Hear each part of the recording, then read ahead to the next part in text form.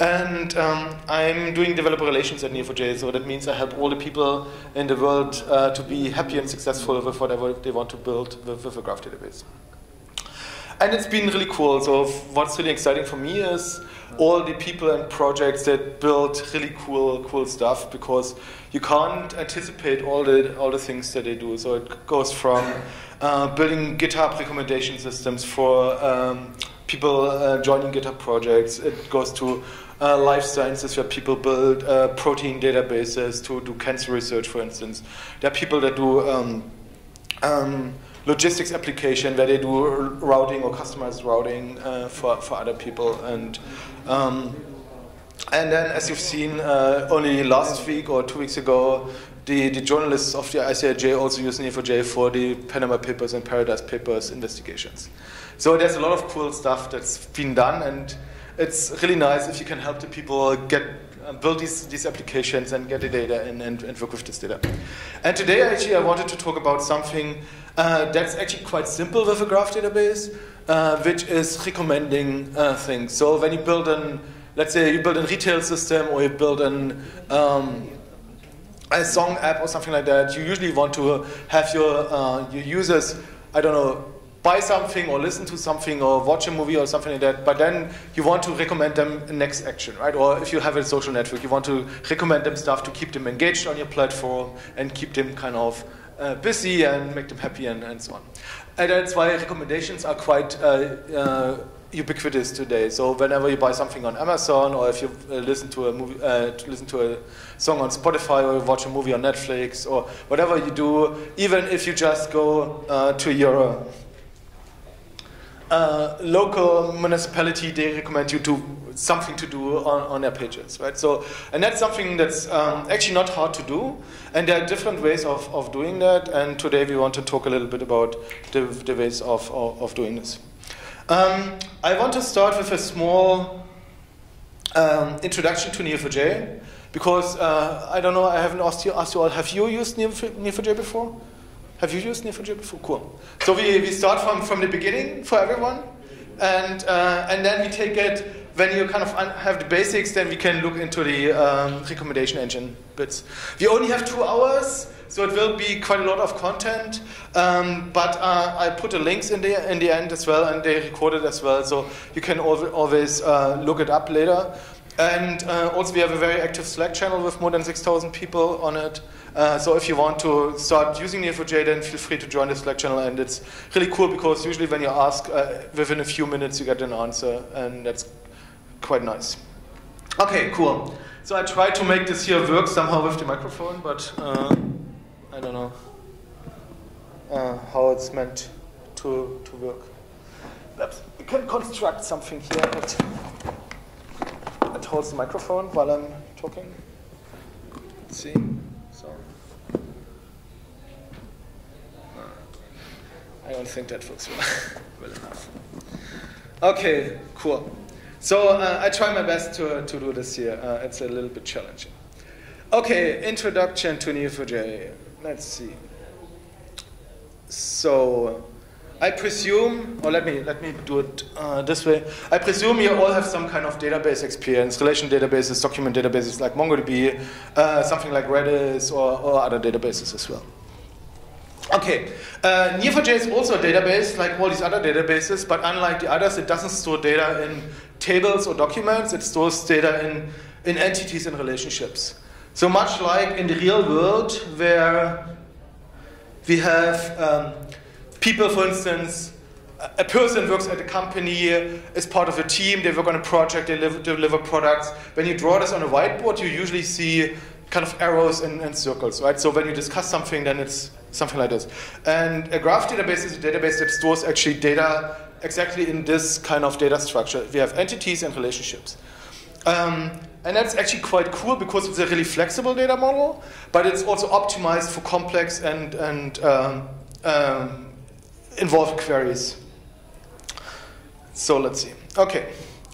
In general, if you look at the real world, there's no such thing as a disconnected bit of information. Everything is connected with other things, right?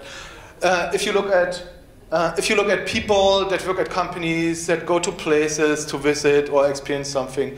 If you look at economics, where you see kind of countries interacting, companies interacting, markets and so on. If you look at science, where you have like proteins, for instance, in chemistry, or human cell reactions. But also if you look, for instance, at history, right? So, and how history still influences politics today so much, right? If you would draw this all up on a whiteboard, you would see it would be a very, very complex graph. Or if you look at current conflicts, and if you kind of put in all the parties of the conflict and kind of connect who's allied with whom and who's fighting against whom, that's also a complex network of interactions. But the same too is in technology, right? So we have hardware networks with cables and routers and switches, but then we have like software networks running on top of them, then applications that sit on top of the software networks, and then users using them. So on each level you have a new kind of network that has different properties and different uses. And something that's really interesting, when we build software, we also work with graphs all the time, because if you look at dependencies of your project, you have dependencies to other modules, but you also have dependencies to libraries, which again have dependencies to libraries. So you have this kind of dependency tree or dependency graph, right? And if some library, for instance, has a security bug that you don't even know that you're using because it's a like 3-step out dependency, then you probably want to update your library dependency so you get in the new version of the library. Yeah. But also source code is trees and abstract syntax trees and all this stuff. So you can do a lot of stuff also with that and software analytics. And in principle, as I said before in the beginning, people use it for all kinds of things, from logistics, fraud detection, identity access management, network operations, and so on. So there's a lot of really widespread use cases for this kind of connected data model. And if you look at it, most of the object models that we have in our applications also form this kind of large connected model anyway. So I already mentioned something like Facebook or social networks. What you can do easily in a graph is, for instance, like on LinkedIn, where you say, okay, this person is so many steps away from you. That's just the shortest path search between you and this other person. Or if you want to see what's the size of my network, my direct network, but also my second degree or third degree network, that's also a really super easy operation. Impact analysis, if you have a large physical network and you cut off one machine, or if you have a power line network and you cut off one transformation station in the power line network, will it break the system or will there be alternative routes? So kind of looking at impact of decisions in networks is something really interesting. Logistics and routing, when we want to go to places or when shippers want to kind of optimize shipping routes and stuff like that, they use graph databases for this. Recommendations is something we talked about today. And something like access control is also really interesting because you cannot just try to find the shortest path or path between a person and a resource where there's only permissions on this path. So you're allowed to get kind of to this resource on this path, and then you can read it. So that's also something that's much easier to do in a connected data model than in other data models. And fraud detection is also quite interesting because if people try to do fraudulent activities, they oftentimes try to hide their tracks, right? So they kind of split up money transfers to a lot of different accounts. Hey, Ray. And kind of send the money to more people, and at some point the money comes together again in one account. But if you take one step back, then you see this bigger pattern emerge. And this allows you kind of to use something like that to find, for instance, money laundering rings and stuff like that. Something that's really cool is, for instance, pulling the whole Bitcoin payment network into a graph and then running analytics on top of that. Okay, so the basic model is, as I said before, it's entities or nodes, relationships, and then we have properties or nodes and labels. What does it look like? So here's a really simple example. We just have 2 people in a car. So that means our nodes are the circles, and we just put something that we call a label on a node. So for instance, here's it's a person, another person, a car. But I could also put more labels on a node. I could also say, okay, this person is also a mother or a father, or this person is also an employee, or this person is also a manager. And so I can kind of, like you tag emails or something like that, you can also tag nodes with multiple labels as well, which kind of represent their roles in the system. And then between these nodes, you have relationships, they have a direction and a name. And in principle, they're directed. You can choose to ignore direction. So some common thing is If I love someone, it doesn't mean I'm loved back. So if I'm loved back, there's kind of an inverse relationship. But if we moved in together, then we actually lived with each other, and that's kind of undirected because I'm not just living with you, but you're also living with me at the same time. And then the other thing that's really cool is that you can put arbitrary properties on each node and relationship. That means you're not restricted by a schema. Whatever data you get, you just put it in. And for node, it's kind of obvious because that's your entities. But for relationship, it could be something like a rating or distance or cost or weight or time frame. So for instance, I worked at this company from this date to this date, and I put the information on the relationship of my employment relationship or works at relationship. And that's the basic data model. So it's something that you can easily draw on a whiteboard.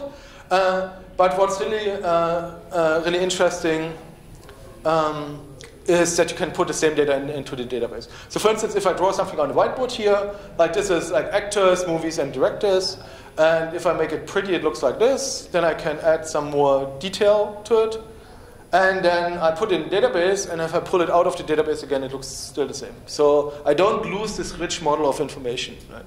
And the other thing that's also really nice is that these relationships, which in other databases are something like ID keys or foreign keys or something like that, these are also like data, so you don't have to declare them up front, you just add them on the fly as you go, and you can have as little or as many relationships as you want.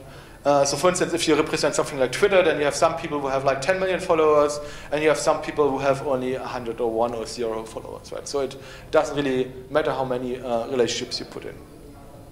Okay, and NiaJ is a database that handles this kind of data, and it has lots of stuff. You can run it as a cluster. It has a binary protocol, which is quite nice.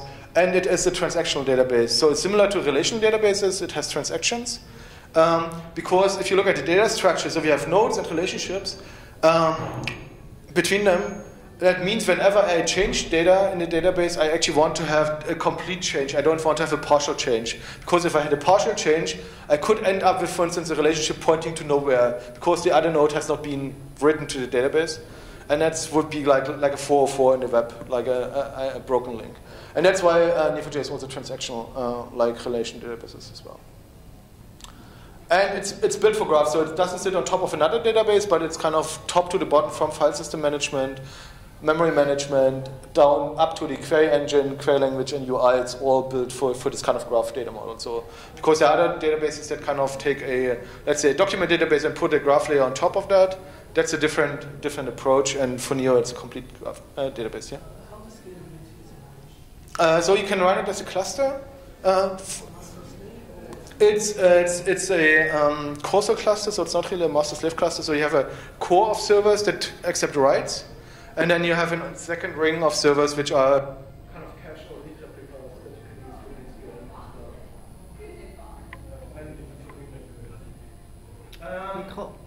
yeah, it's kind of similar. So Elastic is so NiaJ is not sharded, but you still have a kind of core server forum and then heap replicas. Yeah. So in this regard, it's okay, how do I create this graph database? So when we started to work on this query language, we thought, okay, let's look at SQL and other query languages. Any is a good fit, but we found that it's not actually a good fit.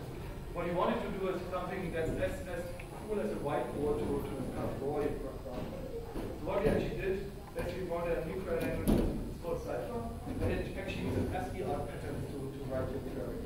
So whenever you have two nodes of a relationship, you just put round parentheses around the nodes, and then you do an ASCII art arrow, so a dash greater than sign as an arrow sign, and then you can put additional stuff in square brackets here. And for the nodes, you put colon label or multiple labels, and then you just use a JSON-like structure for properties pattern and node. And that's basically the basis of these patterns. And these patterns can be used for finding data, but also for creating data, which is really nice because you kind of just draw out what data looks like, so it's visually really visible. And then you just run this, and then you create the data. And the other thing that's really nice about this is that all the people that are not developers.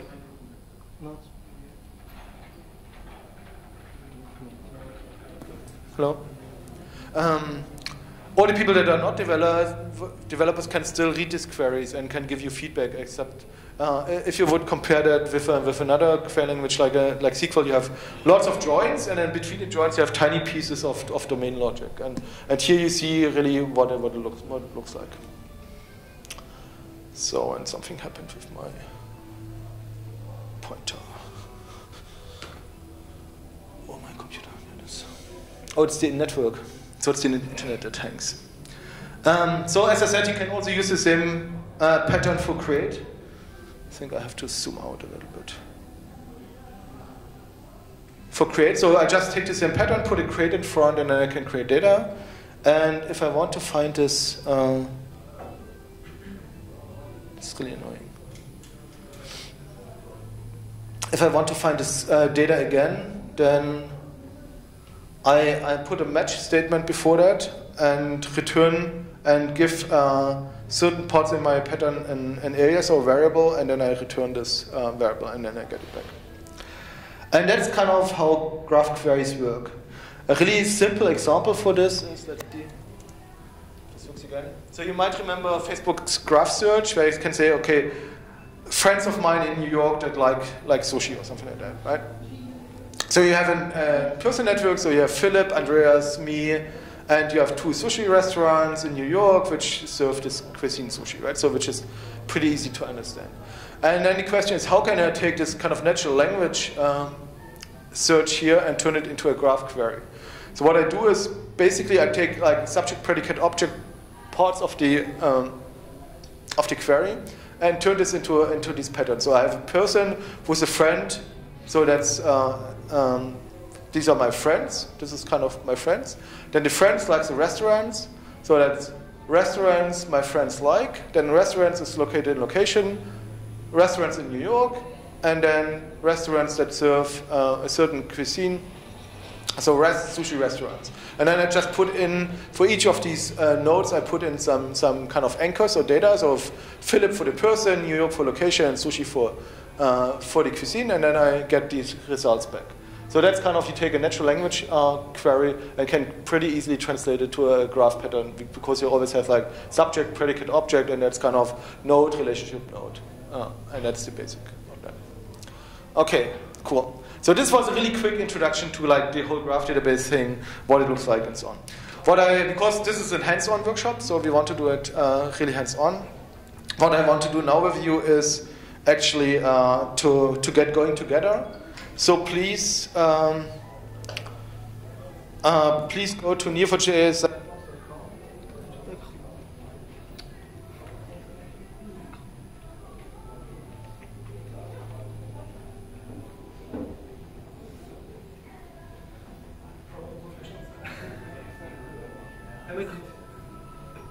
So please, if you yeah, switch on. It's right now. Hello? It has the battery because it's all off again. Switch off again. And it's red. No battery.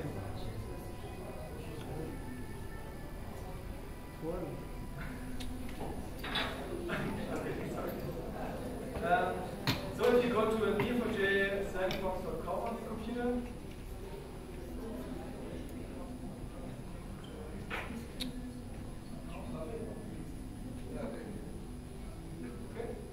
then please log in with any of your social media logins. The battery is out, so it switches to red again. Okay, battery. So it goes to red.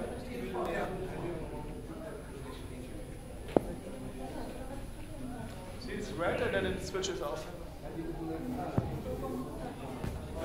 Okay, you can just log in, so I use GitHub, but you can also use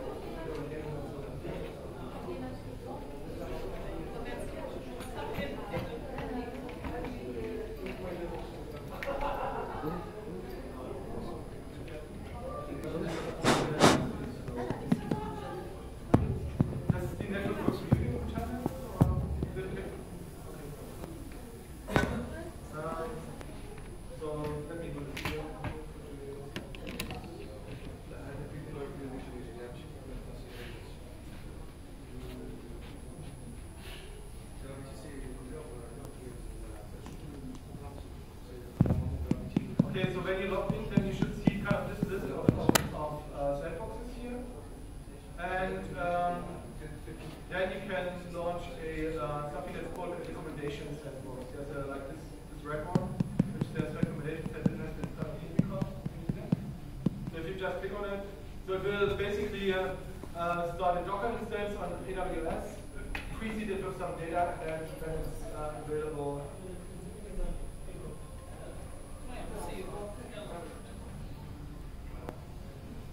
When it's available,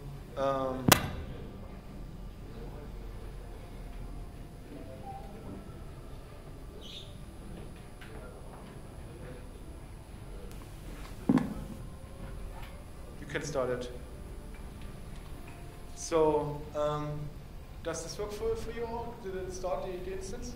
Cool.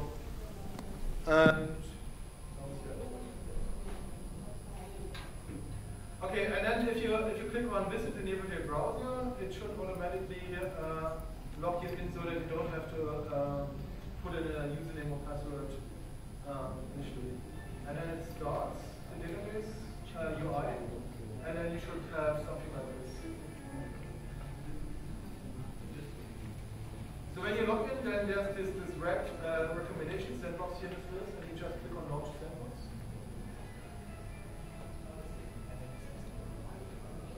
Yeah, it switches off again all the time. So yeah, they tried to, but it's, thank you. So it's green for a little bit, but thank you. So it's green, then it turns red, and then turns off. I don't know what it is. It's probably battery, but anyway. Okay, are you all there in the sandbox now? Anyone not? Okay, cool. So if you click on start, just use any of these.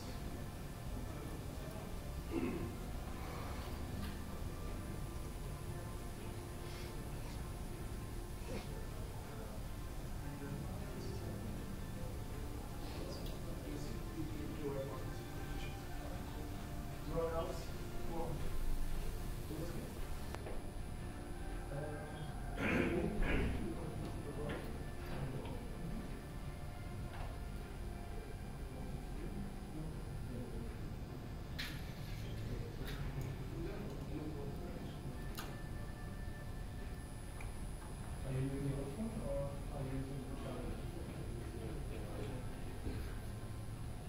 Okay, cool. Does it load for you or just really slow? Sorry for that. So it just takes a few seconds to load the stuff. Okay, so what do you want to try to do today? Actually, I originally prepared something else, but then I thought because you're all new to this, we go with the easier example, and then you can play on your own time. I share a link with you, and then you can do the more advanced example as well. Okay, cool. So this will be movie recommendations. So you know all like people are watching movies, and they are rated movies, and movies have actors and directors and genres. So it's a pretty super one. So and that's what we want to look at. How we can build a recommendation engine based on this kind of data. So if you go to the second page, so this is like a slideshow, so you can click on these arrows and go to the second page. This is actually our data model. So you see here's an example. I have two movies. Here's the director, here's the actor in the movie. Both movies have a genre. In this case, it's an action genre. And there's a user, Angela, who rated these two movies. So there's a rated relationship, and on the rated relationship, there's actually a rating, which is a numeric value between 1 and 5. And there's a timestamp, which is a Unix second epoch time of the rating. And then each movie has also data like title, which year, how long does it run, which countries has it been created in, what languages has it was released. And there's even some more like IMDb ratings as well. Okay, that's our basic data. And so if you look at this page, you also see again the things that I talked about before, like nodes, labels, relationships, and properties. And something that's actually cool in the graph model is that you can use it to bring data from different data sets together. So that means if I have data in one data set, like I have my movies, and I have a second data set, which is, for instance, a social network application, I can bring them all together and kind of take my users from the social network and add them to the application, and then I have the user ready. And that's also possible with all the other things. So for instance, the journalists for the Panama paper also did the same. They took the lead data, but then used census data, corporate registry data, sanction lists, and all this stuff, and pull all this stuff together. Because in the graph, as soon as you have one connection point between two data sets, you can just connect them there, and then query across both data sets. Okay, so we have our nodes, which is our movie, actor, director, user, and genre. Our relationships are active in genre, director, and rated, and properties like title, name, and rating. So in this default your browser, if you click here on the left side, you can actually see all these labels and relationship types and properties. So if you, for instance, click on a movie, then it will load the movies here and show 25 of the movies. I can do the same with the relationships. For instance, if I click on, for instance, active in relationship, I see a bunch of movies with actors and directors here as well. Right? So that's kind of a basic way of getting a look at the data. And this kind of helps us now to write the first few queries ourselves. Okay? So basically, what we can start with, so this is a kind of a detailed explanation of how this query language works. So I don't want you to have a look at this, but let's instead take, for instance, movie statement here. So if you just click on movie, and then you can click on this statement here, and it puts it over here in this editor. Okay? So for instance, what we can do now is, I don't want to return the whole movie, so for this visualization, but for instance, I only want to return the movie title and the yeah. You click on this here and then put it up. For instance, I want to have the movie title in here, and then you click the triangular run button, or you hit Control Enter here, and then it runs this query, and you see here are the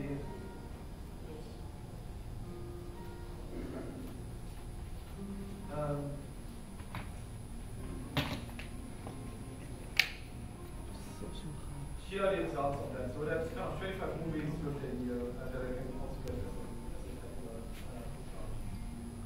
So if I want to have, so the battery is empty, this always switches on. No. It's not, I switch it on and then it switches off again. Okay.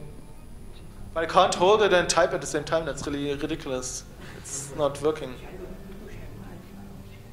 I mean, how is this meant to work? Can you? Don't you have like laptop mics?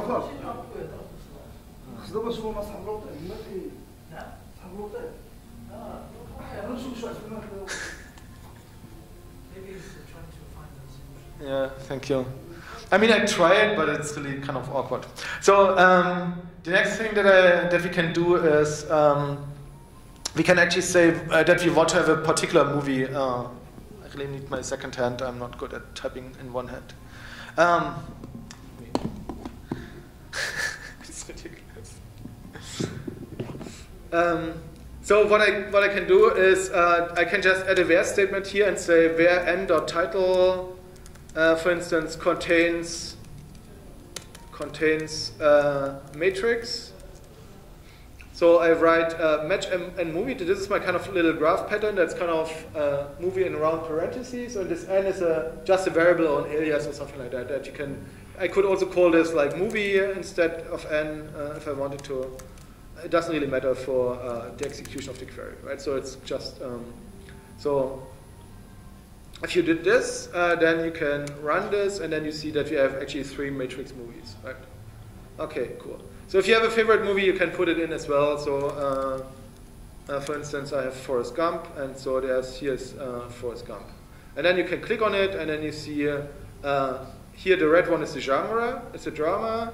All the green ones are people that rated this movie. And then we have also, there should be also actors and directors, but it actually shows the users first. So what we can do now with our favorite movie is actually, what we want to see is,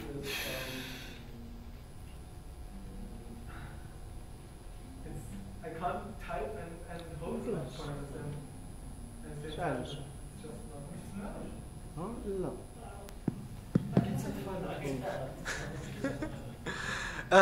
So what I can do here is actually do this pattern that we talked about. So if I do one dash and another dash and a greater than sign, this is kind of a relationship. And then I can say, okay, this points to an actor. What is? To an actor. And then this kind of returns me my movie, and here I have my actor, so I also have to return actor. So I do return movie, comma A, and if I do this, then I get the, oops. Okay, this is interesting because the direction is wrong, because it's actor acted in movie and not movie acted in actor. So the pointer is in this way, and in this direction, and they're always off again. And now you see that here we see actually the movie and the actors returned from this, right? By the way, if you want to go to multi-line mode, you just have to hit Shift and Enter. And if you go to Shift Enter, then you can have various multi-line, which is clear to. So now we have a movie with an actor where the movie title contains first, and we return the first 25 entries. Okay, the other thing that we can do is aggregation. So for instance, if we were to count the actors in the movie, we just put in count here, and count. So, and then I would kind of see each movie with the number of actors. So for instance, here, Forrest Gump has 4 actors. Has 4 actors, and here Fine Forest has also 4 actors. So if I only want to have the title and the count, I can do this.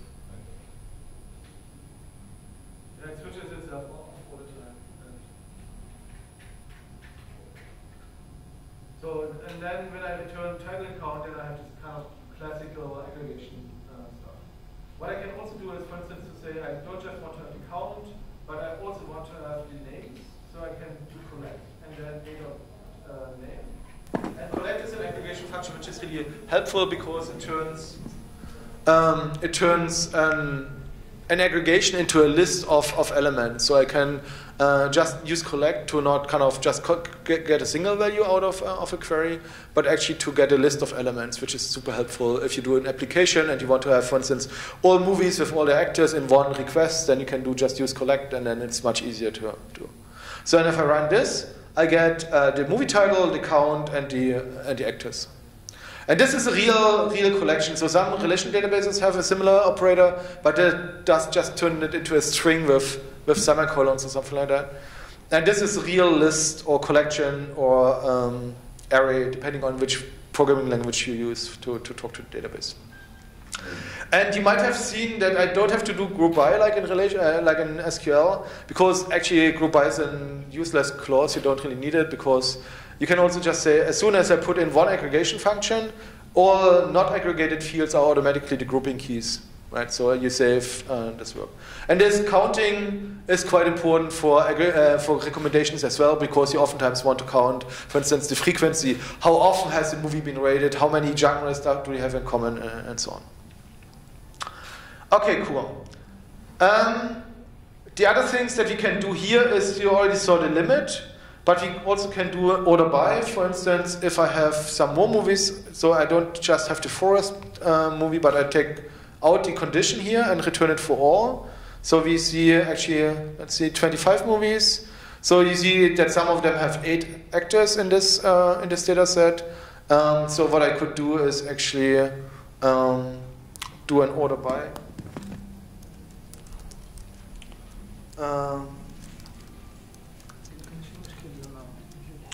And then if I run this, my movies with the most actors come on top, right? Because it's kind of just a regular order by. But ordering, grouping, and aggregation is also quite common in recommendation queries. That's why I think it's important to know how this works. If I, for instance, want to do the same for users, I can just change the label here for user, because the alias is not really important what it's called, so it's just a name. And if I do this, then I can see, let's see, Forrest Gump has 341 ratings from users, and here you have the 300 users, and so on. So you can also easily kind of look at different dimensions of connections that the data has. And if you want to have not all the users, then you just put in, what did it do? Then you just put in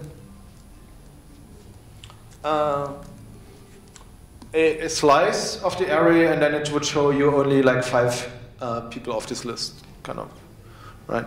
So Ceph has a lot of collection functions in general that allow you to take a collection, map it, reduce it, and filter it, and so on, which is super helpful because you don't have to do it in a client. Okay, that's kind of the basics of the query language. Do you have any questions here on this? Have you all tried it yourself to kind of change the query and run some of this stuff as well? Okay, cool. Okay.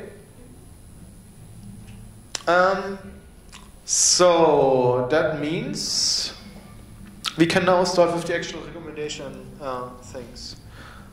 Also, if you want to look at the details again, this is here also in the guide, and the Sandbox will stay around for a few days, so you can also go back later and look at it later. Yeah. How it compares to relational databases in terms of performance? So that's a really good question.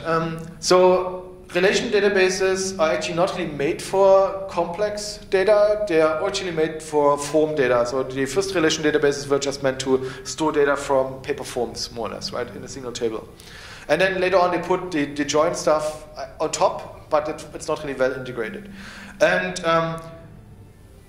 if you ever wrote a SQL statement with a lot of joins, you know that it's getting really slow. And this is a big problem because many of the questions that we want to ask today actually are quite complex and would have a lot of joins between a lot of tables. And especially if you have many-to-many relationships or many-to-many joins connections, then you have join tables in the middle as well, which increase the number of joins. And so when people started to build graph databases, what they did is say, okay, can we do something better here? And the trick is actually that unlike all the other databases, graph databases don't compute joins at query time, but they just follow these relationships as a data structure.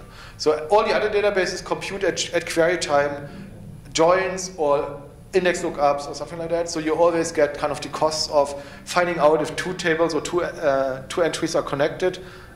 You always have to compute this at query time. Whereas in a graph database, what you do is you store it in the beginning. You store really a relationship. So for instance, you can say, okay, you attended this workshop, so there's a relationship from you to this workshop. This is stored with your entity in the database. And that means whenever someone wants to know if you attended this workshop or wants to see all the attendees of this workshop, you just get a note, and there's a list of memory offsets, more or less, or record offsets directly stored with the record. So whenever we want to find these connections or these joins, we just have to do a really cheap memory read operation.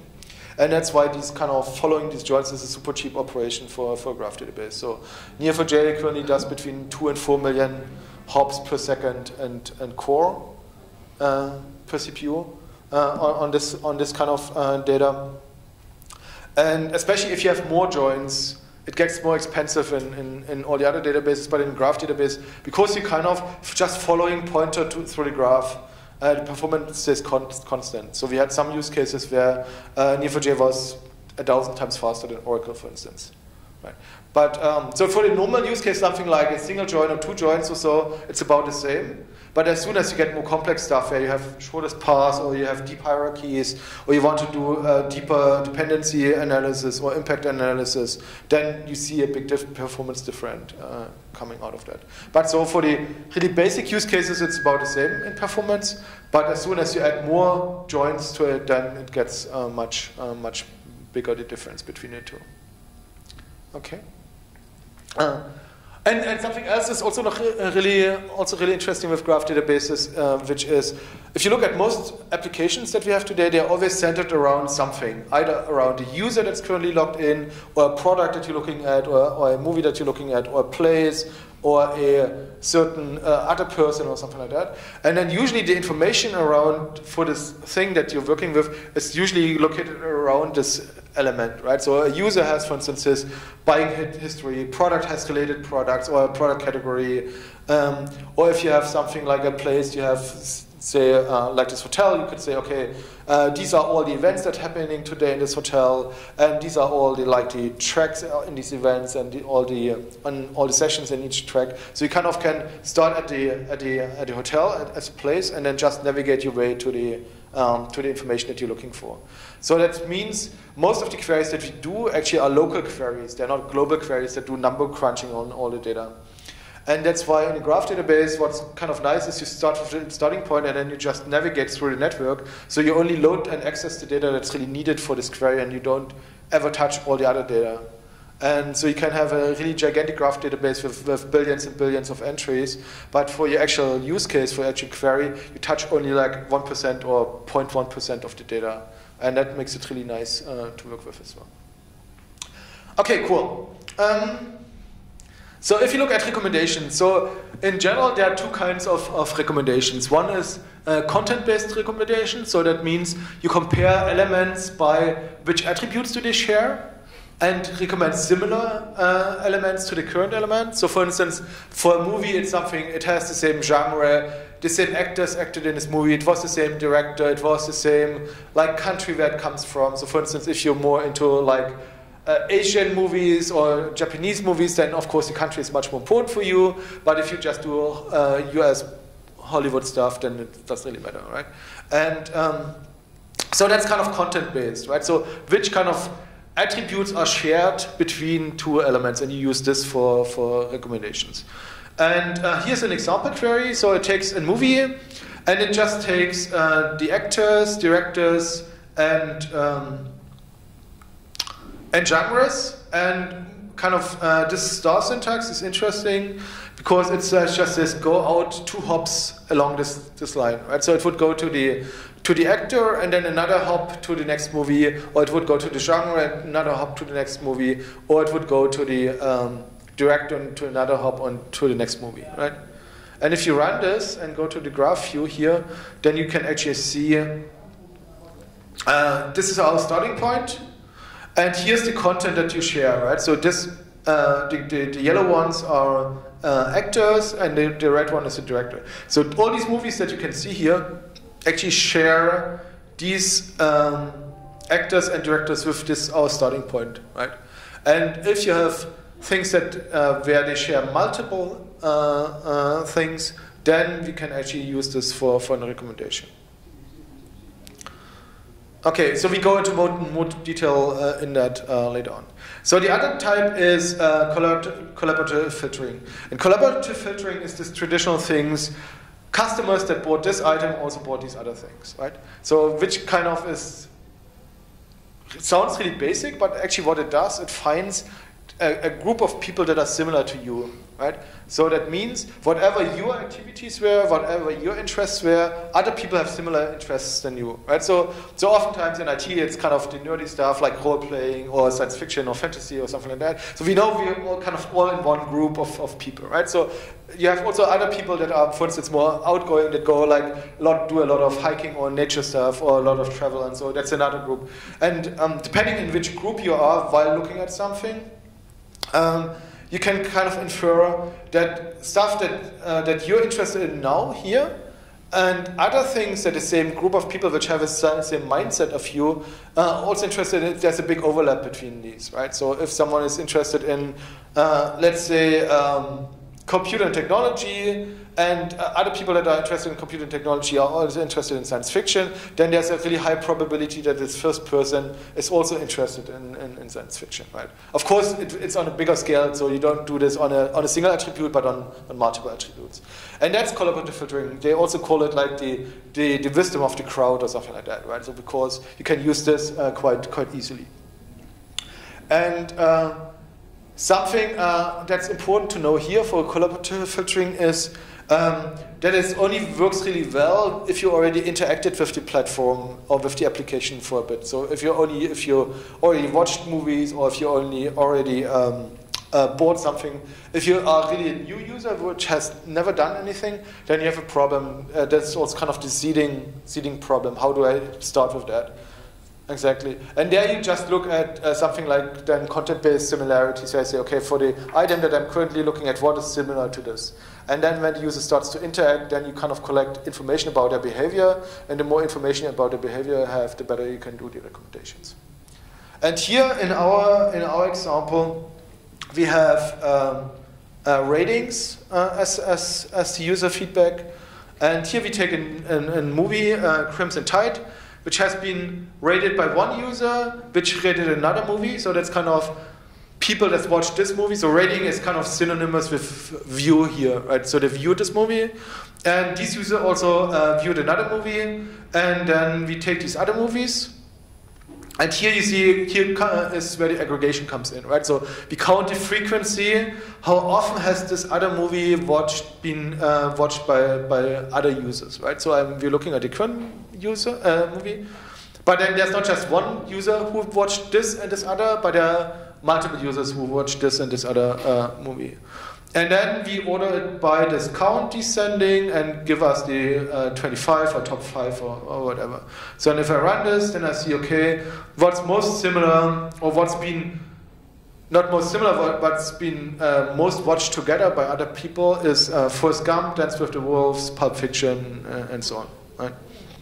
Which actually makes sense. So what we can actually do here as well is, I can show you what this would look like. So if we besides the count, also add our collect that we did before. And if we collect the users, and let's say we take, let's say 10 users per movie, return 5 movies, and remove this title here. So we take the recommendation, which is our new movie. We also return the movie itself. So we have the movie, the recommendation, which is kind of the two ends. And in the middle, I expect now to see like a cloud of users, which also have been between the two, right? And what I do here is I just collect the users into a list and only take 10 users per movie pair. So we should have our movie in the middle, our other movie, and always like 10 users between them that kind of connect the two movies. Okay, so I quickly run this, but I pull up this query again, and so and here you see we have Crimson Tide as our starting point movie, and then here we have, for instance, True Lies, The Fugitive, Dance with the Wolves, and Forrest Gump and Pulp Fiction. So you see that's actually the same 10 users which almost are in all the movie combinations, right? So that's kind of a high overlap between user ratings and movies. You see that it's not all of them. For instance, this Elizabeth Franklin only has 3 here and not 4. Then here's someone who has 2. Here's someone who has all 4 ratings, right? So the users also contribute differently to the total score. And if I look at this table view, then I also see that the actual number, because I only pulled 10 of each, the actual number is 70, for instance, for Forrest Gump and Crimson Tide. So there's an overlap of 70 people who watched both of them and rated it. Right? So you see, that's actually a good visualization of saying, okay, and this kind of user cloud in the middle, we just aggregate to get to a number, to like a score, and then we use the score for the recommendation. Okay? because you're not actually interested in the actual users, and oftentimes you also have like privacy concerns. You don't want to kind of return the users that have also been watching them. You just want to have the score number, right? And something that's interesting with the two filtering methods is actually that you can combine them. And then, depending on what your recommendation should look like, you weight different scores differently. Okay, you say, okay, I'm more interested in the people aspect, kind of, in my application, so in the social network aspect. So if my application is more targeted towards social networks, then I would rate the collaborative filtering score higher. But if I'm more like traditional and I don't have like social networks or something like that, like Amazon doesn't really have a social network, they do much more of content-based filtering, right? Something else that one can do with this is also, which we get to later, is also that you can project the user network to a movie-to-movie network, which has connections between them as a similarity based on user views. And then, for instance, run something like a PageRank or something like an algorithm on top of this network, which then gives you some insights in terms of which movies are most relevant in this projected network. But that's something that we'll come to later as well. So for content-based filtering, of course, we can go way more complicated. So this is one that actually takes one movie as starting point. It points to the genre, and then we look at all the other movies that are in this genre. We start with the movie Inception, and then we collect the genre names and the count. So how many genres do they have in common? So that's a classical content-based recommendation. And if you run this, then we see here, okay, for Inception, these genres are shared with these other movies. For instance, with Strange Days, there's like 6 genres that are shared across these movies. Right? So, which is really interesting. I don't know if you ever saw the article about Netflix's micro genres or micro categories. So they created something like family-oriented drama westerns from the 60s or something like that, like a genre name that is like this, where they kind of looked at people's viewing behavior and then created artificial smaller genres to do better recommendations, because people are not actually interested in the global genre of action movies, but they are oftentimes just interested in a small genre. So if you Google for this, there's some really cool articles that talk about like Netflix's micro categories and how they built this for recommendations. Okay, and then we can actually combine this here on the right side. This query looks a little bit complicated, but actually it's not that complicated, so because you can also split it up.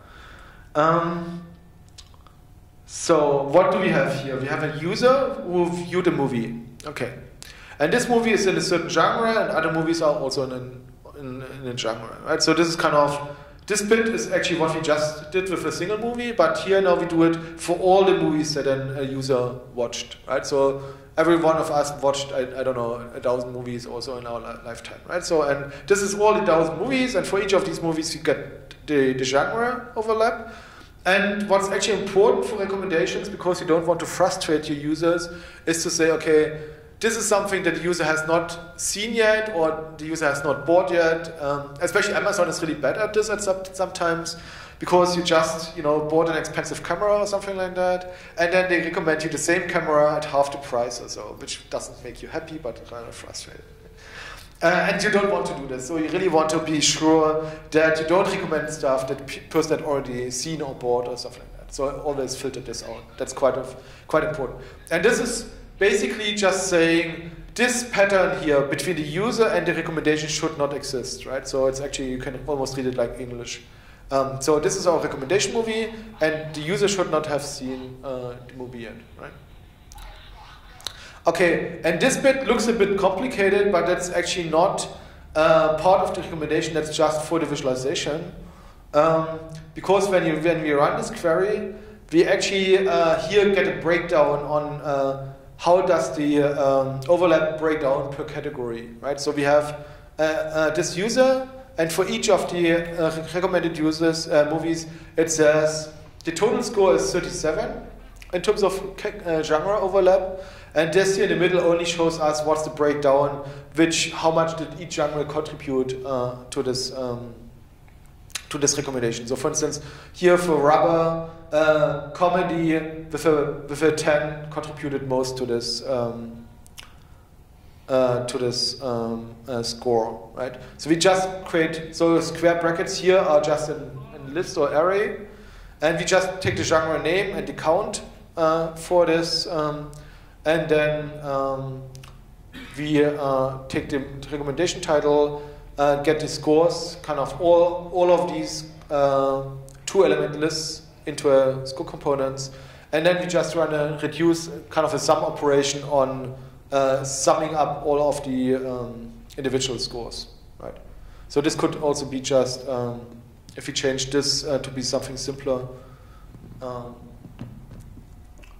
we can just do count star as genre score, and then you would just do here, say, sum.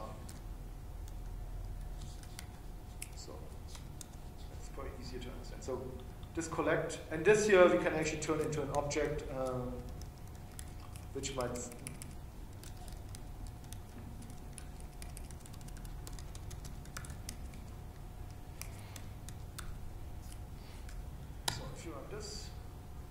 so we see now the result is the same as 37 for rubber, but here the breakdown is actually a proper list of objects, which make it a little bit easier to understand. Right? So there are different ways of doing things, of course. Okay, and then what's actually interesting is that we can also do a multi-score query. So for content-based filtering, we could say, okay, we have an overlap in genres, but we also have an overlap in actors or directors or something like that. And we count kind of each of the overlaps separately, and then we compute a global score by weighting them differently. So in this case, we start with a movie, and then we compute a genre overlap. So we do the match to a recommendation over the genre. And we just count the number of genres into GS here. Then we do another match from the movie to the recommendation over the actors. And here we count the actors into AS. And then we do the same for directors, which is then DS. So these are our three scores, kind of. Genre score, actor score, and director score. And in the end, we just compute a global score by weighting them differently. So for instance, here, genre has much more influence than actor or director.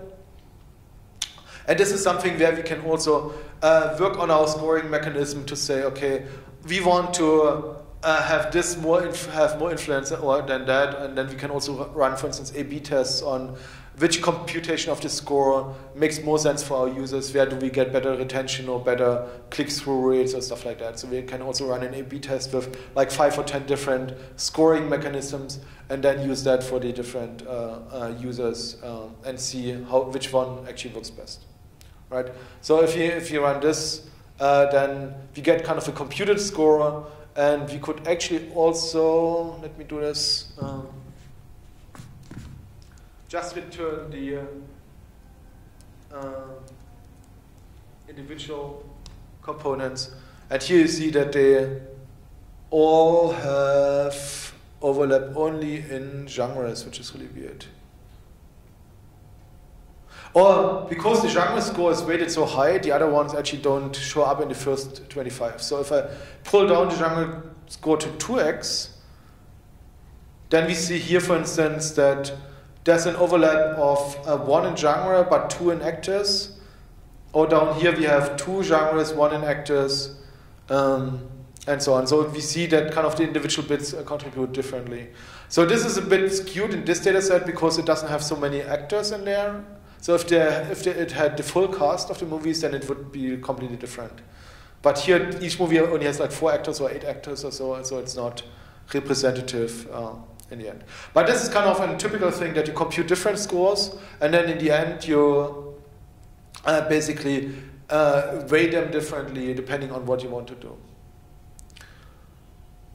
Okay, the next one, or the next bit for scoring is similarity. So actually what I want to compute, so these were just counting stuff, right? But they don't say, if I look at the total because they are independent of the total number of genres or the total number of movies in a genre. You can have a genre which has 3 movies, and you can have a genre which has 3,000 movies. 3,000 movies. And if you just count stuff and you have an overlap of 3 in one category, and in the other category, you would count them similarly. Also, in the first category, it would mean I have 100% overlap with the whole category, and in the second case, it would mean I have 0.1% overlap of the whole category, right? So it means something completely different, and that's why things like the Jacquard similarity are used in these cases, and not just simple counting. And so Jacquard similarity is actually a measure that takes 2 sets. Like movie 1 is in certain genres, movie 2 is in certain genres, and then divides the intersection of these 2 sets, the size of the intersection of these 2 sets, by the size of the union of the 2 sets. So you get like the partial percentage of the contribution from that, right? And this is what this query here computes. It looks a bit advanced, but actually it's not a lot of stuff in here. And we can also simplify this actually quite a lot. So what we do is we start again at a movie and find other movies that we want to recommend. Our count of genres here is our intersection. So that's kind of the upper part of this equation, right? So that's kind of the genres that the 2 movies have in common. And the lower part of the equation is basically our first movie, its genres, and our second movie, its genres, and just unify them. And the unification here is just done with an first set plus the elements out of the second set that are not in the first set, right?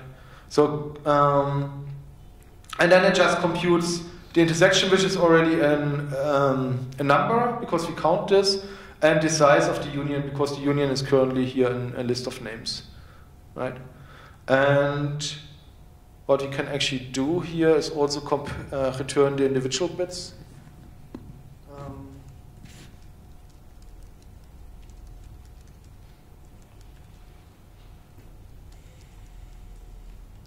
Okay.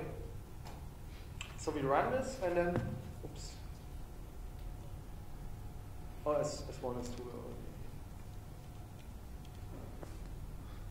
Okay, so we have here our first movie is in Inception, our starting point, and then we have here Strange Days, and genres of movie 1 are these 5.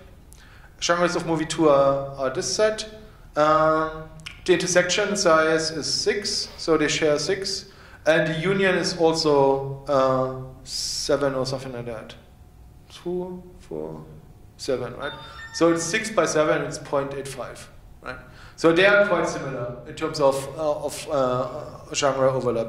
And then you could do the same for actors or directors or other content attributes, right? So, I mean, this is movies now, but you can do it also for any other product where you can say, okay, are they in the same categories? Do they have the same colors? Do they have the same manufacturers? Do they have the same, I don't know, brand or capacities or something like that, and then aggregate over that as well, right? And so this is quite nice as a way of doing that. Today, actually, I should talk to my colleague, and we should simplify this, because we can save, I think, half of the query today, because we have some new functions in the query language, which make this much easier. So, and the second one is that we can do this also for other things. Like here we have it separate by actor, director, and genre. So this syntax actually just says it's either genre or acted in or directed. So one of the 3 relationships, right? So between a movie and the content. So this vertical bar separates the relationship types. And so because we don't want to have like user ratings in here, we only look at genres, acted in and directed. And then we do the same and compute the totals and compute the partials, and then we compute the Jacquard similarity, and then actually if you look at all of it, then Strange Days goes down in ranking because there's less overlap in terms of actors and directors, right? But there's still the high overlap for genres. But if you look at actors and directors here, then it's much less. Okay, but this also depends on the actual size of each individual group. For instance, for actors, we only have a really small group, so that's why it's a bit skewed here. Okay.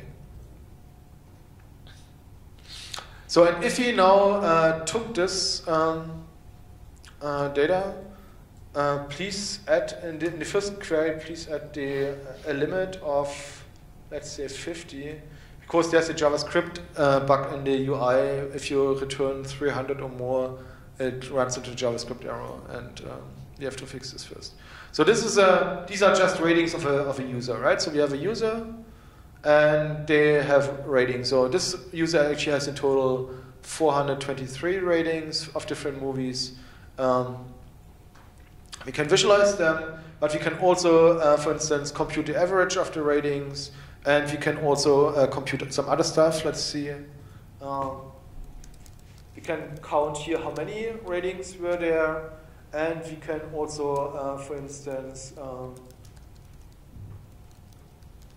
compute the standard deviation or so, right? So if someone has a very high standard deviation, that it means that they kind of just randomly rate stuff up and down, and they are not consistent, kind of ranking stuff up or high. So, and this user actually is has a very average kind of, right? So it's kind of almost in the middle. It's 3.5 instead of 2.5. 423 ratings in total, and standard deviation is 0.9. So it means it goes from 4.4 till 2.6, right? So that's kind of the range. You can also, if you want to, there are also functions for doing percentiles. So if you want to compute a 90% percentile or 95% percentile of ratings, that's also possible. So that would be actually.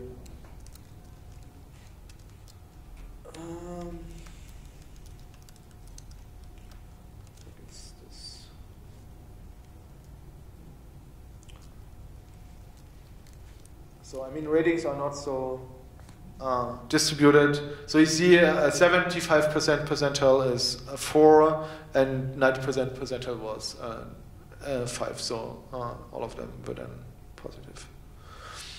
Okay. And then something that we can do with the average rating already is to see what are actually the movies that are better than the average rating of this user. Right? So for each user, we could say, okay, what are the movies that are better than the average rating? And it works like this: we compute the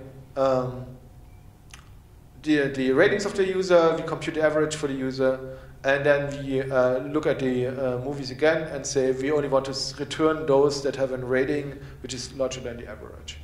And you see this kind of with operator here, which is kind of powerful in the query language, because it allows you to do data flow operations. So you can do an aggregation or a grouping or ordering or sorting or whatever, and then you can continue with the next query pod. So it's like lots of small query pods chained together.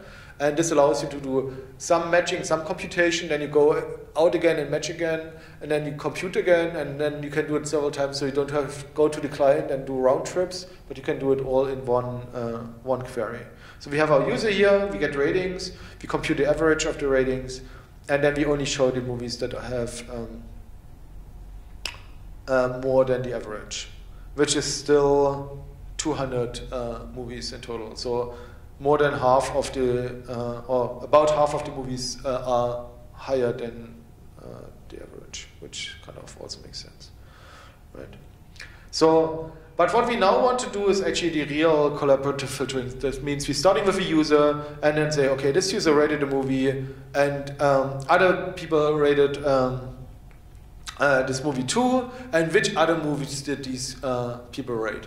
But again, to the question of performance, each of the little dashes from our relationships is actually a join in a relation database. So this would be 1, 2, 3, 4, 5, 6 joins, 7, 8 joins already, right, in a relation query, and which kind of is really expensive then. So we go to our other user, which is then our kind of our peer group or the same kind of users than our first user. And then we just check, okay, and what else did they rate or view, which our user has not seen yet. Again, we have to filter this out, right? And if we can do this, compute this. And this is just, the first one is only what is there, but it's not ranked or scored yet. So it's just what's the kind of the second degree or actually the third degree network of our initial user in terms of movie ratings. And then what we could do here is, for instance, to say, okay, we want to at least count how frequently did they pop up. So what we can do is actually, for each of these movies, say how often were they viewed by other people, and then we just use count as score, and then we order by the score descending, and run this. So if you try this, then you can just add count star as score and then order by score descending level 25. And if we see this, we should see, hopefully, let's see.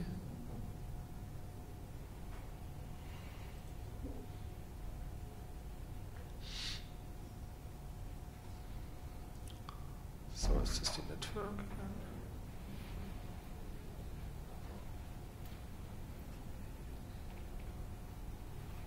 Okay, so there's quite a high overlap here, or quite a high score for Scump and Pulp Fiction. So you see that at least 3,000 other ratings for this recommended movie were within the peer group of our starting user, right? So, but of course, that's not kind of what you only want to look at, because you also have the ratings themselves, and that's what we do here.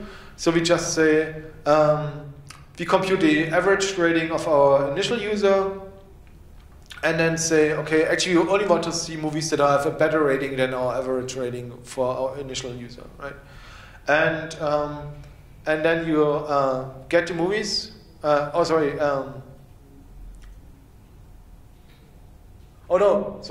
So we get the average rating for the user, and then we only take the movies into account which have a more than average rating, because if you generally look at all the movies that a user rated and don't look at the rating, then you also get the movies that have been actually rated poorly, right? So they view them, but they were kind of really bad movies, and then you don't want to use them in a recommendation. That's why you would only take the ones that have at least above average ratings, right?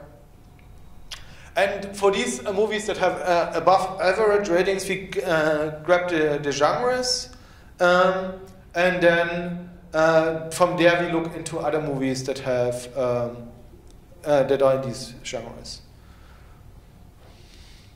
So and for this user, we have then these top-rated movies for this user and which genres they had, and then which movies came out of these genres that we had.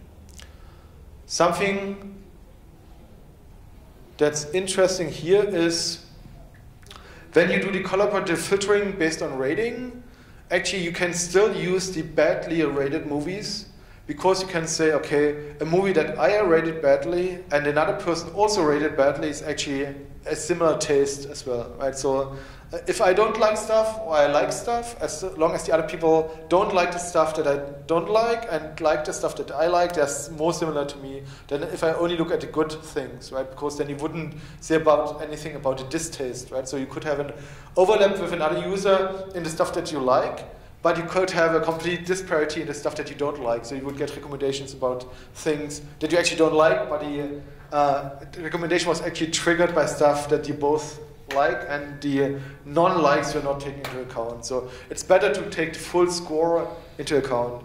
So that's something that, for instance, dating sites do. When you sign up at the dating site, when you fill out your profile and you're great, you're attractive, and active and into arts and all this stuff. Like everyone is probably on a dating site, right? But what they actually do, the dating sites, they internally correct your profile. So they watch your activities and see what you post on social networks and so on. And then they have internal weight scores that fix your wrong statements actually. And then they do also the matching about all the positive and negative things as well, right? They don't just take like the top 3 things and match you, but they take your kind of whole characteristics of you as a person, right? And that's what they try to match. And it's the same here. So if I rate stuff positively and negatively, I also want to use both sides of the coin to do the recommendations and not just one side of the coin. Okay, so how much time do we have left? A little bit.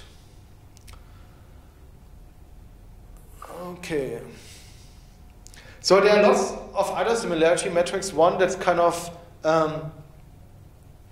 really famous is cosine similarity. You might have already heard of that one. And this is a similarity metric that doesn't just take frequencies into account, but also ratings into account or weights into account.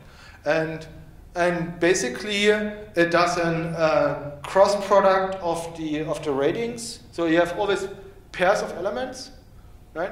And then you have each element has ratings, and basically what it does here you see it in the equation. So it takes the cross product of the ratings of both elements and divides it with the individual ratings of each element. And if you formulate this out, here you have the cross product, and here's the cross product of the sum of squares of the ratings. So, and this is what this query does. So we take our user again, who has rated a movie, and this movie has also been rated by another user. So we actually want to compute the cosine similarity between our user and this other user. So how similar are our 2 users? And the first thing that we do is we just compute a cross product, which is the sum of the 2 ratings, sum of the product to 2 ratings. And then the other thing that we compute is the sum of squares. So so this reduce is actually just summing up a collection of ratings, and where each of the elements is squared, right? And then we compute the square root of that, and then they are multiplied, and then this is the cross product divided by the sum of squares for each of the individual ratings is our cosine similarity. So, and if you run this now, then we can see for CCF Freeman, we see the similarity with all these other users as a cosine similarity. So it's also a number between 0 and 1. So it's really nice also to use as a multiplier in scoring, right? So we can score other scores by the similarity of users. So for instance, if you say, okay, if I look at ratings of this other user, I actually multiply the ratings of this other user by the similarity with myself. So I get a weighted rating. So if someone is really similar to me, then the multiplication yields a very high score. But if someone is really dissimilar to me because they have a completely different taste, then even if they rated a movie with a 5, and if the cosine similarity is only like 0.5, then it's only 2.5, right? So it goes kind of completely down in the ranking. And that's really useful. The only expensive stuff here is if you wanted to kind of store all this data, it would create a cross product between all users. And that would mean that you get a graph which is completely connected, which is a ton of data, especially if you have a lot of users.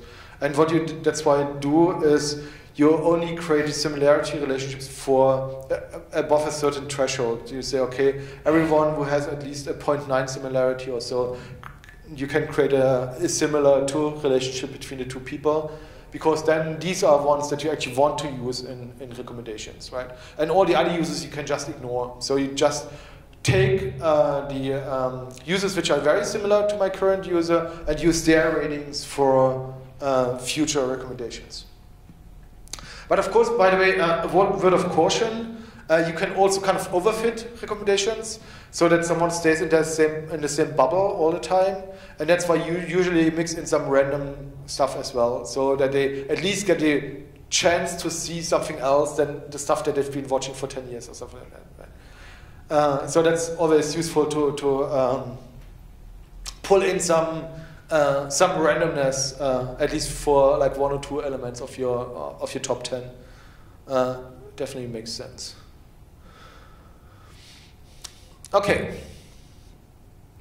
And then we can actually use this to compute the scoring. And this one is Pearson similarity. It's another similarity which uses average ratings as the baseline, but I don't want to go into this too deeply. So when we now have our users, this is what I just said. We want to find the users who are most similar to us, and then use them to actually use them for the rating, right? So here we take the oops. This was not what I meant. Okay. So here we have our first we compute our Pearson similarity as a rating. So that's kind of our user 1, user 2 as Pearson. That would be something that you would store on this similarity relationships, which doesn't exist here. And then you take the top 10 similar users and only use them to actually look at their ratings to do the recommendation, right? So all this first part here is just computing the similarity between users, which you would usually store for the top 10 users or something like that, and then you would only use them for rating. And this is actually something that people that use graph databases in recommendation engines also do. They have like with the new data that comes in from their data feeds, they also compute a new similarity ranking for their user and then update the similarities with other users, because you could have like new users coming in, new movies coming in, new ratings coming in. The person viewed something new the previous day, and all of that kind of affects the similarities. So they do this kind of more intensive number crunching batch job overnight that takes all the users, does the cross product, computes similarities, takes the top 10, and then creates or updates relationships between these users, which is then used the next day or during the runtime for the real-time recommendations on top of that. Okay. And this gives us kind of the round trip over the movies database. And I just quickly want to show you what kind of the second step would be. So I hope I can send you the links. Otherwise, just a second. So we did the movie. Oh, this network drives me crazy. So what we actually the other thing that I wanted to do is if you want to, you can do it at home. I downloaded all the meetup data from Morocco, so all the meetups that are in Casablanca and Marrakesh and so on, all the meetup members, all the events and so on, and put it also into a NiaJ instance. And here's a bit.ly link. So if you use the bit.ly link, then you find this database here, which has all the, for instance, the meetup groups.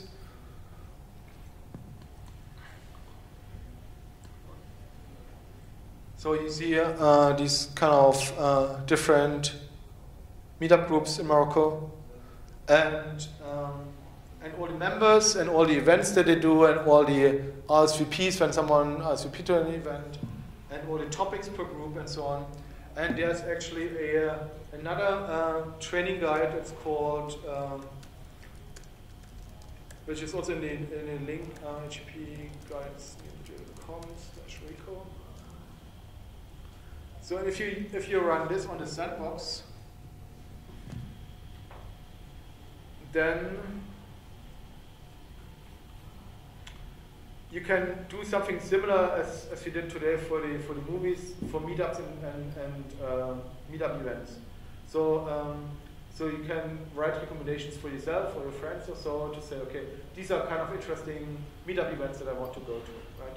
And this guide or these guides contain all the stuff that you need to do recommendations by topics, by other people that attend events, by venue. So for instance, you can also take into account how far is the venue from my own place, and can I get there, or have I been previously to this venue, or have I been previously to this group, and so on. So there are lots of more. So there are more dimensions to the recommendation in the meetup data set, but it was too complicated to do it as the initial data set.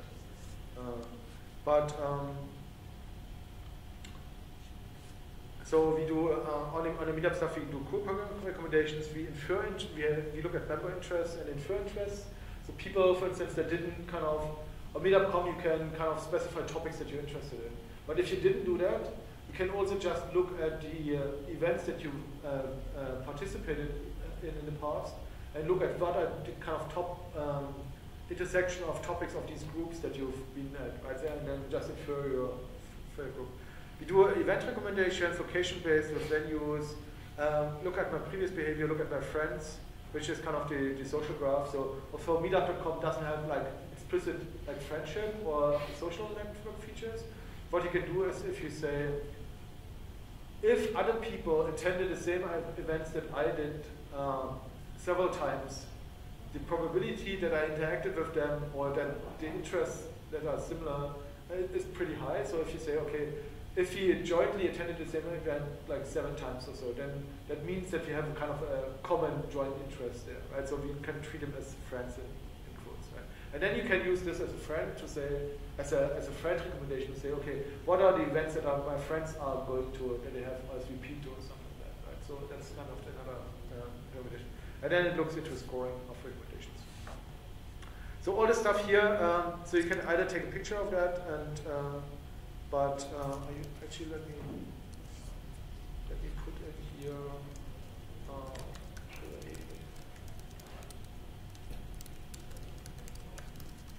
So this is just a second.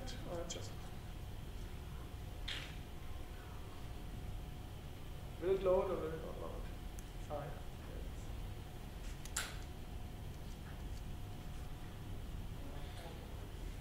Okay, and this first thing is all the meetup recommendation, and then there are some more links to our Slack channel, and we have a ref card for the query language, and we have a really nice developer blog post every week where the latest stuff all around NiaJ is posted as well. Okay, cool. Do you have any questions now that we are at the end of the... Or actually, do we have more time, or is it at the end of the hour? Otherwise, you could also look into the meetup. Is it till 11:30 or till? Okay, cool. Do you have still energy to look at something new, or do you want to take a 5-minute break or something like that? Or should we go through? I mean, we can look at the meetup stuff. It's kind of cool. Okay, I was confused. I thought we only had till 11, but okay, even better. Okay, cool. So if you use this bit.ly link that we just looked at. Where is it? Here. So it's called bit.ly reco-ma, like Morocco. And if you log in there, then you should get a NiaJ instance where I already imported all the data, so you don't have to do it again. And so it's a sandbox that I created, but I just put in a user that you can use. So it's bit.ly reco-ma. And if you get there, the username and password is Rico for both. And if this network loads at some point, did it work for you? Did you get the? Yeah, it's loading for me too. That's really frustrating. But I have it open in this other browser, so hopefully I can at least show you some. This one. So in this data set, as I said, we have groups, we have people, we have venues. So for instance, if I click on the venues, so you might kind of recognize some of these venues perhaps. Like Sofitel, Casablanca is the hotel over there, and so on, Eclipse Center, Morocco, and so online webinars, Technopolis, Technopark, Vito, School, and so on. Right? So you see that these are a few venues, and then of course we have the whole membership. Something that's also interesting, what are the topics? So usually when we do this, we limit it to like big data topics in London or so, because there's so many meetups. But here I put in all the meetups in Morocco, so you also have a lot of like non-technical meetups, which are then more looking into like lifestyle stuff or language learning and so on, which can actually be quite interesting. So if we start with this, so did it work for you with the loading? Did it load? Still hanging? Still loading. Oh my god. Okay. So let me at least show you what it is. So I skip over all the stuff that's loading data because we already have the data in here. And we can just look at, for instance, a few groups. So you see, so these are all the groups that I found in the meetup data set for Morocco. So I just did like Marrakesh and then 250 miles around Marrakesh or something like that. So I might have missed some because you can't say like country in meetup.com. You can only say center and radius to load data. So it's a bit unfortunate. But there's a lot of stuff in here which you might have seen before already. Or been to. Is anyone of you actually going to meetup groups sometimes? Or yes? Cool. So then we can use you as a guinea pig for the queries. Okay, cool. So let me make this a little bit bigger.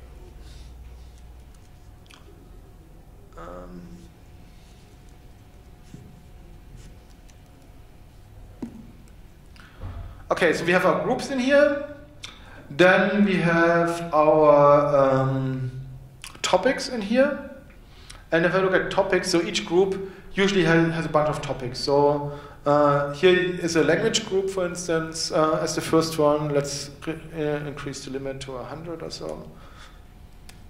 Then we should also see some other groups, like the Golang user group. And then here you also see that it starts to share topics between groups. Something like open source is a shared topic. Let's see what else do we have. Software development is a shared topic. Cloud computing is a shared topic between groups. Here these two have a lot of shared. So one is PyData Casablanca and the other one is Casablanca Big Data Meetup. And you see that they have big data, data mining, data visualization, NoSQL, big data analytics, data science, and so on. So many groups have a ton of topics, like as you might see.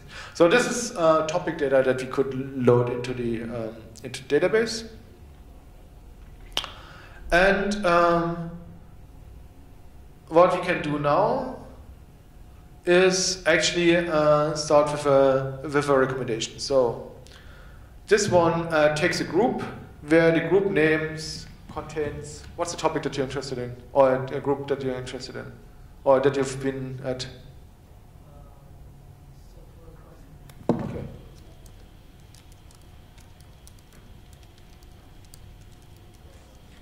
So we're looking for a group which has graph, or all the groups that have craftsmanship in there. We look at the topics. And then we look at which other topics, which other groups share the same topics. That's kind of the content-based filtering that we did before with the movies, right?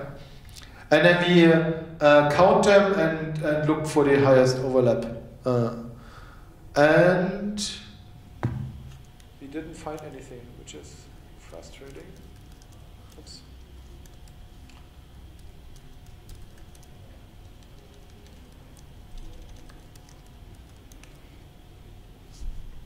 Craftsmanship.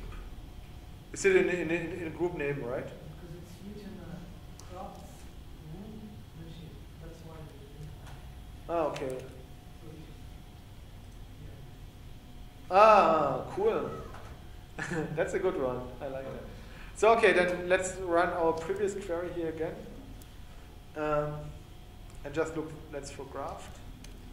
So here we see, okay, these are the content recommendations now, right? So these are other groups which have topics in common, like Casablanca Dev, Golang Rabbit, Casablanca Developers Group, which makes sense as a general recommendation, right? Okay, cool. And in the next one, we want to look at groups which are similar to my group. So we can take my group that I'm a member of, or my groups that I'm a member of, and then use the topics to do the recommendation. So it's kind of a personal recommendation for a person. So that's why we import the member data. And after we imported the member data, we can look at, now we have groups, topics, and members. So, there's a public API for that we can pull, and so we use just a bunch of Python scripts to download the data, and then turn them into CSV, and then use them, load them into NiaJ. But we can also load this directly from meetup.com as well. So if you want to, we can also access data from meetup.com directly in NiaJ. That works as well. Actually, let me see. API meet call epoch load JSON. So for instance, here I have these groups in Morocco. So this is the API request. So you get an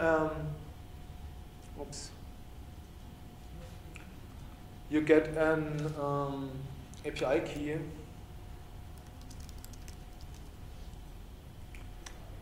Let's see.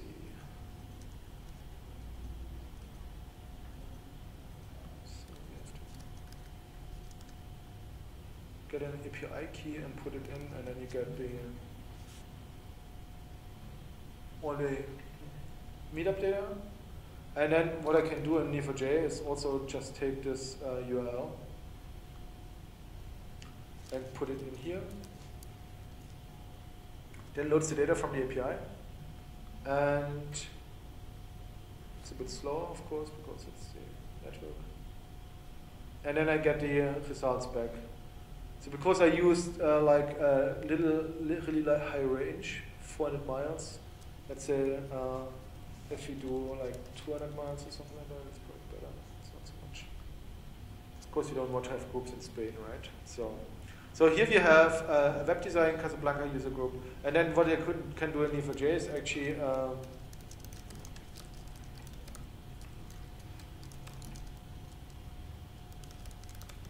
I take this is an object and it has a results entry, and I take the results, turn them into a stream of rows, and then I just return group.title and group.city. So I can get the JSON from the API directly, and in NiaJ, group.name. So, and I can pull the API, get it into NiaJ, and can immediately create my graph data from that as well. So that's kind of really useful. And meetup.com actually allows you to create pre-signed API URLs. So you kind of sign them with your key, and then you can share them with other people without sharing your actual key. So don't do what I did here. Okay, cool. So we have members and groups. And what we can now actually do is also look for certain members. So where member.name contains, what's your name?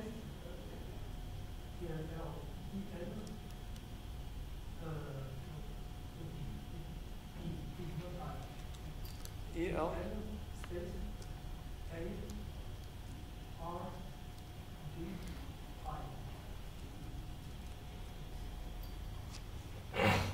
Is this you?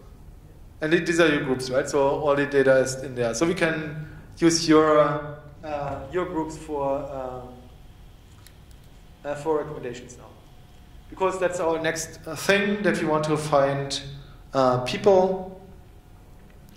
And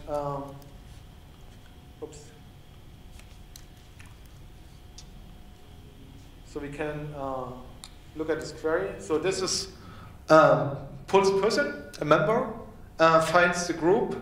So we just I remove this group, and this group has topics. This is actually a recommendation for new groups. So we just say where group.name contains, let's say, data. So we find any group which has data in the name or something like that, and then say, okay, this group shares topics with other groups, and this person should be a member of other groups, right? So, and then this is more or less the exclusion that we had with has not seen movie before, right? So because you want to recommend new groups, so we do this, and if you run this, then we would see there's an all users group, artificial intelligence user group, and so on. So kind of groups that are similar to groups that have data in their name via topics, and that this person has not been part of. Okay, and then here this is kind of the interesting bit where we say, okay, this person is member of a group which has a topic which is shared with another group, so kind of similar groups to my groups, where I'm not member yet, right? And if I do this, then I can say, okay, these would be other user groups that have topics in common with the groups, with all the groups that you're a member of, right? So I'm not sure if there's anyone in there that could be interesting for you. I mean, some of them might be a little bit far away, but in general. Okay, cool. And we can, of course, the membership can also help us to estimate the size of groups, or see also who's in the most groups. So we have some people who are in 35 groups. In London, there are some crazy people which are a member of like 500 groups or something like that, or 800 groups. I'm not sure what they're doing. But there's also one person I think in London or in the US who's member of 1,000 groups but has never ever attended any event. Really weird, right? So here are the people in this data that have most groups. This is kind of just the overview of that. Okay, so this is kind of the topics by groups, and then it continues with interests. So we can input the data for a group has a topic, but a member is also interested in a topic, right? So we can kind of do our personal preferences, pull them into our recommendations as well. And we don't have to do the data loading, but here we take Arbi again as our guinea pig. Thank you for that. So we look at which topics have you declared as your interesting topics on meetup.com. And then we look at also which of your groups that you are a member of have also these topics as topics. And then we actually look what's actually the overlap between the groups that you have and the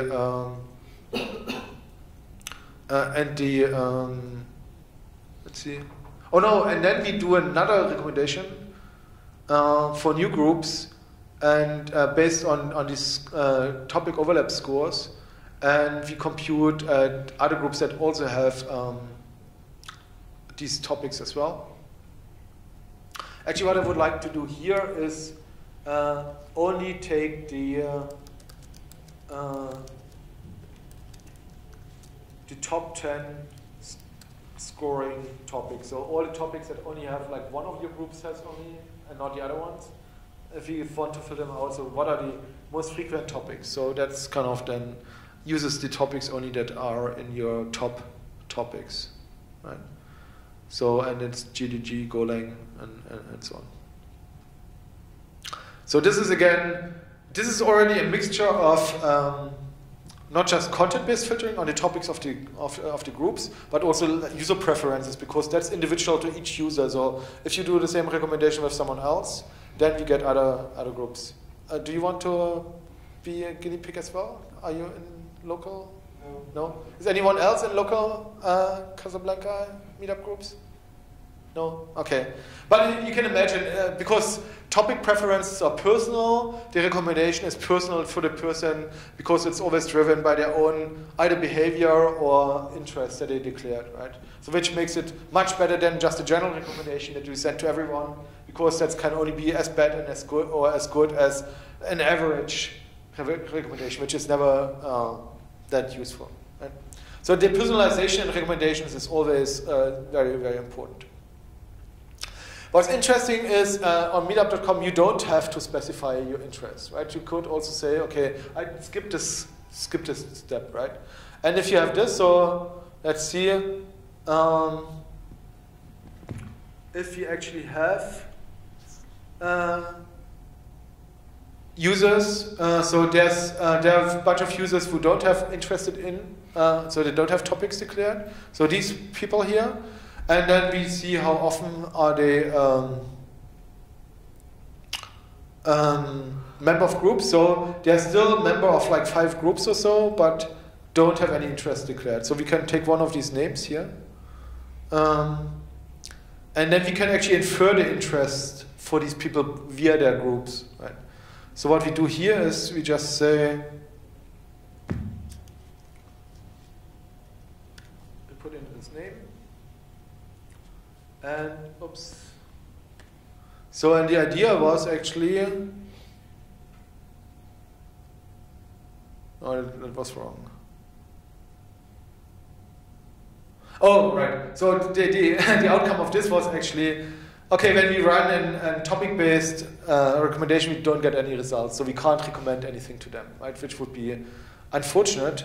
And that's why we can actually create interest. So what we can do here is actually just say, okay, we find all the members that don't have any interests, but we find their groups and the topics for these groups and take all the topics that appear at least 3 times across all the groups, and then we create a new interested in relationship for this topic. But what we do is we put an inferred property on this relationship. So it's not something that the users specify themselves, but it's something that we inferred kind of as additional information, right? So and then in a recommendation we can still use this, but then we don't have to wait until they do it themselves. So if I run this here, let's see, this works. Okay. And now, if we run this again, the query from just now, we should actually see a recommendation.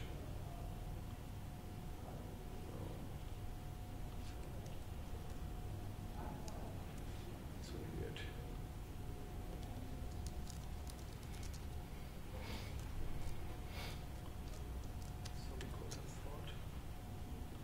So she has.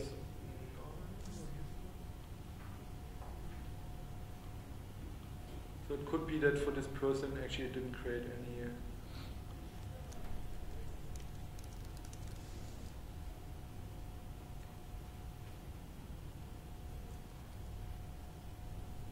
So we have a group which has topics. Member has. It's probably that there are no more than 3 over there. So let's find someone where we did this.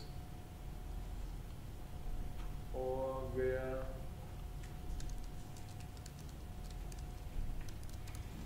we have inferred relationships. If you want, I can remove my. No, it's not pulling new data. We can just look at. Let's see. Oh, this is the read-only user. But we can. What we can actually do is to just look at this.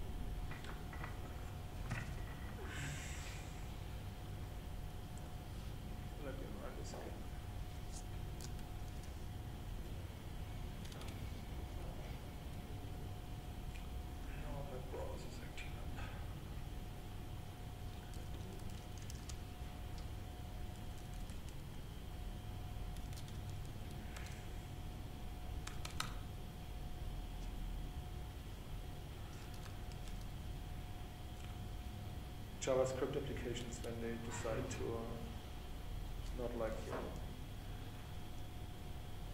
Okay. Is it on here?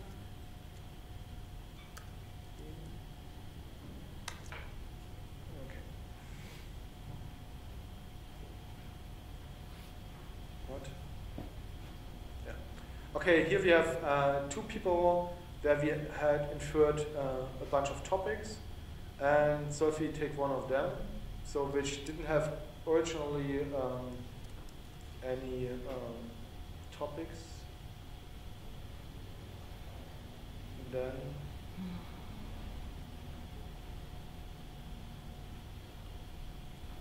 we should now see that we now can recommend things to them.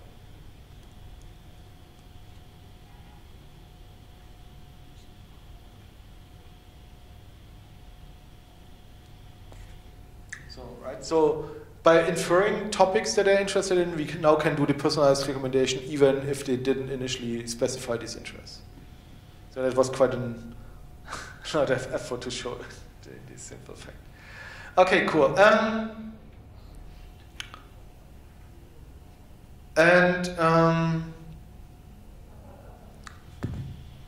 So we can do the group recommendations, as I said, that we can recommend groups for this person. And the next one would be actually looking at events. So because each group hosts events, so we imported the event data here and can look at events per group. So we can look at here a bunch of events, and then we can just look at the user groups that host them and which topics they have and which venue and so on. Okay, so the event data is in there, and so for instance, we can look here at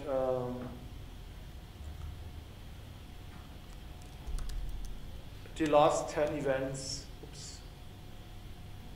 Group hosted event. Contents. So it's some group with data in its name, and we look at the last events that they hosted. So PyData Casablanca has hosted November meetup, October meetup, and Big Data had one in, let's say, sometime. So we can see, look at past events, but we can also look at future events.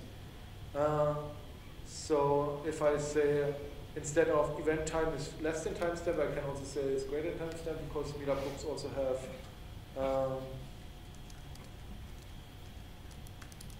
events planned ahead. And so here we can see, for instance, the Go group has a meetup planned already. They seem to be the only ones that plan ahead, more or less. Yeah. So they seem to have planned out quite a long time already. So usually you see the next ones that are upcoming. Because usually when you want to recommend events, you don't want to recommend events that are already passed because you can't attend them anymore, but you want to recommend future events, right? So, and so if you take someone, we can, we don't, so that means, so, right? Did I? Sorry? Oh. Oh, sorry. So here we have future events for you groups that are upcoming, right? So you see these, and this is kind of sorted by the days they are from now, right? And that's kind of a good one. So, and then you can do the same and combine this again with content-based. So you have the time-based filtering plus the content-based filtering. And if you do this, then we can order them by rank. And here, of course, is your software craftsmanship group as the first one with the Global Day of Code Retreat, which is a really cool event. It's, yeah, so I did one 4 years ago or something like that, which was really good. But it's global, so Corey does a really good job at organizing that. And it's a really cool day, code retreat. So if anyone has not gone to a local code retreat, global code retreat, you can do it in a few days, actually. Okay, and then we can also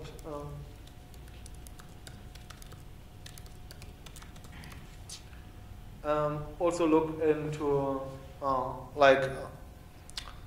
look if these events are actually in my groups or not in my groups. So I can also look at events in general and say, okay, I sort them and I put the ones that are in my groups first, but then in groups that are not yet mine, but could be interesting by topic and by date. So you can see, okay, what's upcoming in my region that I might want to be going to because I just have to join the group and then I get the events as well.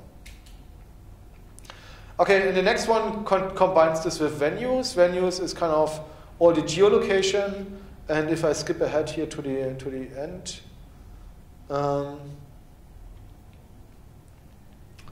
so we can put in here the latitude and longitude for Casablanca, but I always let's see. Come on. So it's something 31. Oh, I have it here somewhere, right? That's the latitude and longitude. Oh no, it's Marrakesh, but there we go.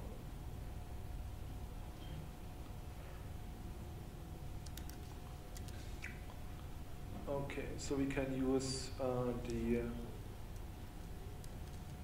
latitude and longitude for Casablanca as geolocation. So we just set it as a parameter which is then available in the browser, and then we can run and say, okay, this is our place now, and we want to see which venues are closest to here. So we have Technopark, Casablanca, Art Vivant, Santa Conference, and so on. IBM Morocco is 2 kilometers away. So that's kind of kilometer distance. I'm not sure if that's correct, but hopefully. Because venues sometimes put in really awkward geocoordinates and so on. Okay, and then we can use the distance as an additional sorting mechanism for recommendations, right? And basically, while doing that, and then we can also add RSVP, so who RSVP to which event, and then you also see kind of there's this here. So we look at the time and the distance and the RSVPs, and then we can look how many. So it's 3.8 kilometers away in this venue, and it's your group as well. So it's a high ranked score kind of, right? So this gets into the counting as well.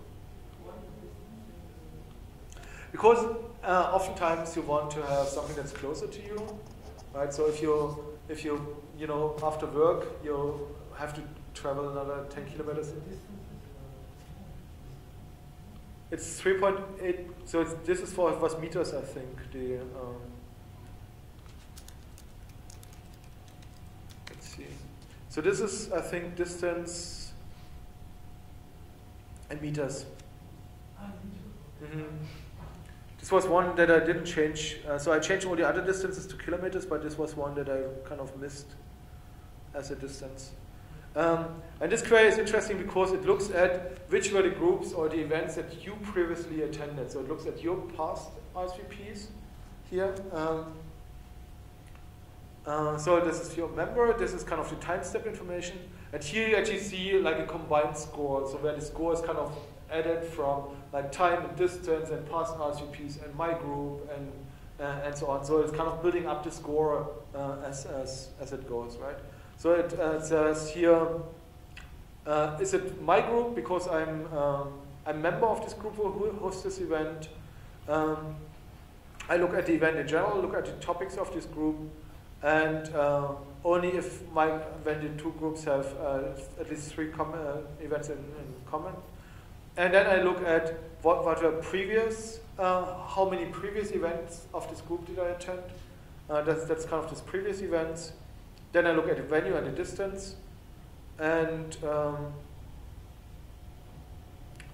Then, what else?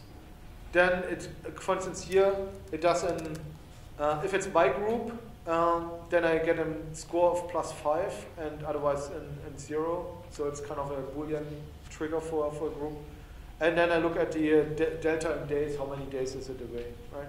And then I pull it all together, and then I have my total score. That's my score that comes out of this. And I just wanted to see the previous events. Just wanted to output them here as well. Oops.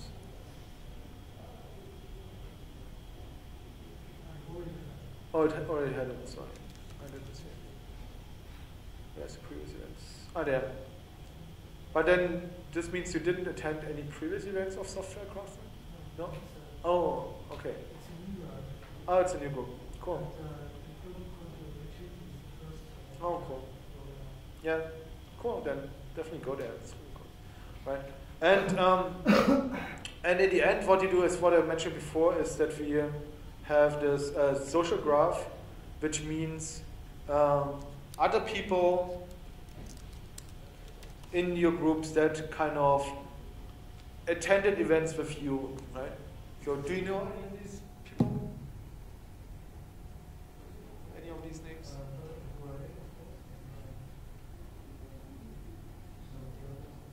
So, but these actually attended events with you in the past, with your, so events that you were at, like Kadim or Ahmed, had 15 events that you went to and he went to.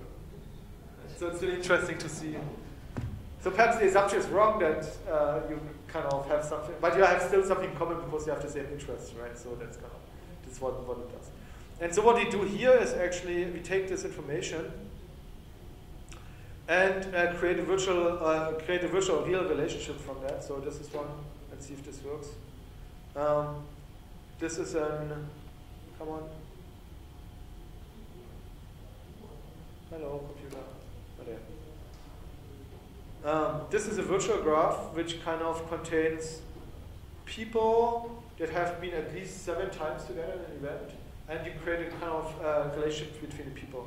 Right? And you see that in the middle there's a really fat, dense network of people that go to the same events, and that's kind of really crazy.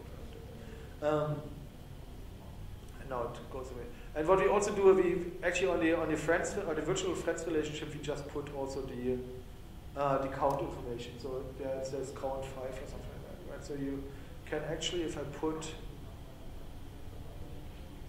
let me try this, JavaScript, if I put comment events on this friends relationship, hello.